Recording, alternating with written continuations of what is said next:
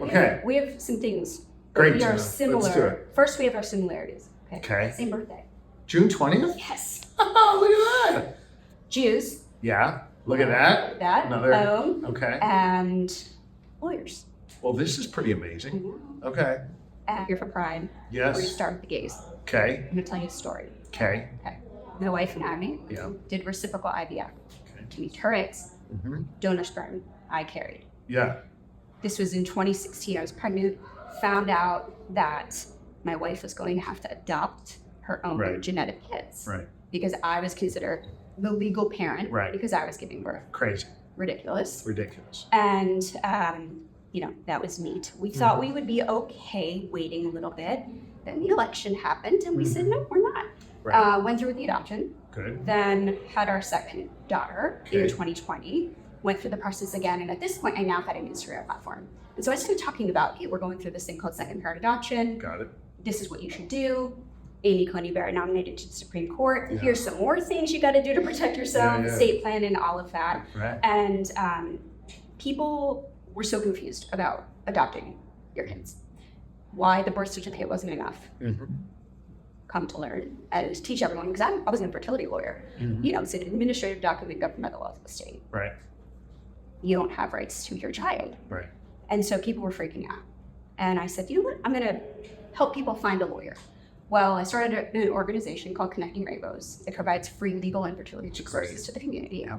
Have a ton of great work. Thank you. Yes. Thank you. Uniform Parentage Act. Yes. Good news in Pennsylvania. Starting. So Uniform Parentage Act. Yep. It just makes it easier. Well, it does. Yeah. It does. Big concerns in the Senate. Right. Needs to be bipartisan to rush through. Yep. What can we do?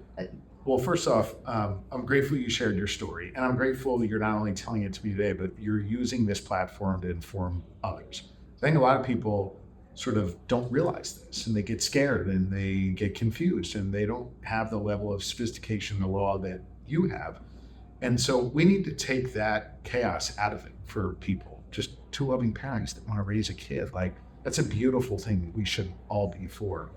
So I was thrilled to see the House pass the Uniform Parentage Act. I want to see the Senate take it up.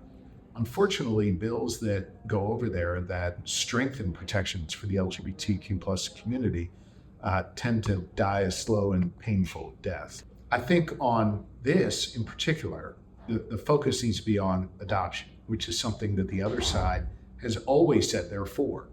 And quite frankly, we need to focus on loving parents, and those who want to be kind of homophobic about it on the other side and be ignorant about it on the other side, we got to figure out a way to work around it. And I think the way you work around that is to focus on the issue of adoption. So it may not be the way you or I would want to speak about this issue, but I think it's a way we can help make progress on the issue in the Republican-controlled Senate. Yeah. As the EPA, we're hoping to bypass adoption, the whole process. Right.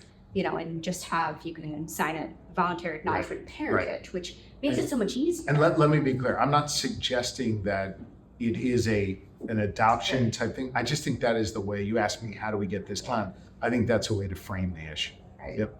We almost want the process to be automatic. That's what we're trying to create. And listen, on IVF, you're telling a story that so many women have shared with me. And I think IVF is at risk if we let Donald Trump back in the White House again. I mean, remember the Dobbs decision, which overturned Roe, they made clear that they were only starting the process when they overturned Roe, that there are other fundamental freedoms that are at risk. And Lori, my wife, our first lady, talks about this all the time. Birth control, IVF, a whole number of issues where this Supreme Court, Donald Trump, want to infringe upon women's reproductive health and basically just a woman's right to make decisions over her own body. And that's something we all got to stand up against. And so I don't want to get overly political here, but folks got to vote if they care about these issues and get engaged in the process as you've done. Yeah. And on the front of reproductive rights, what is your plan on protecting IVF? God forbid something were to kind of come down. Yeah. Look, as long as I'm governor, they will never pass a bill that restricts IVF. They will never pass a bill here that limits reproductive freedom. They will never be able to pass a bill into law that restricts a woman's right to choose. Never. I will veto all of those bills if they reach my desk. So women here in Pennsylvania don't have to worry. They've got me, and I'll continue to protect their rights.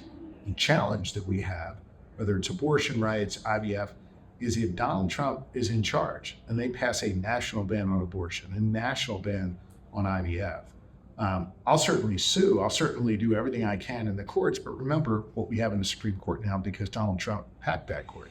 So we got some real challenges in that area if the federal election goes the wrong way. But women living here in Pennsylvania have nothing to worry about.